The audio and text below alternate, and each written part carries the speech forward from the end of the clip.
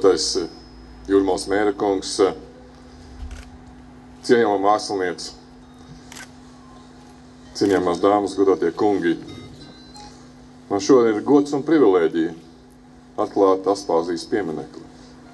Man bija vēl viena privilēģija lēni atnākt ar kājām uz šo ceremoniju un pārdomāt.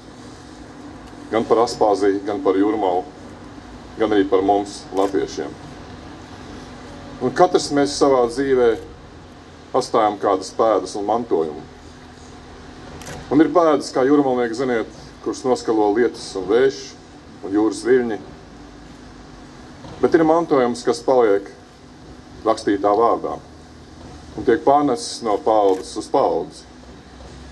Un šodien, kā cieņu Aspāzijai, šo literāro vērtību radītājai, mēs atstājam savu piemiņas zīmi, pieminekli. Pieminekli, lai atgādinātu arī nākošām paaudzēm, ka šis mantojums ir jānodod tālāk. Un ir simboliski, ka laiks, kurā mēs dzīvojam, jūs šeit visu stāvošo, ir bijis tikpat trauksmains un pārmaiņām bagāts kā Aspāzijas dzīves laiks.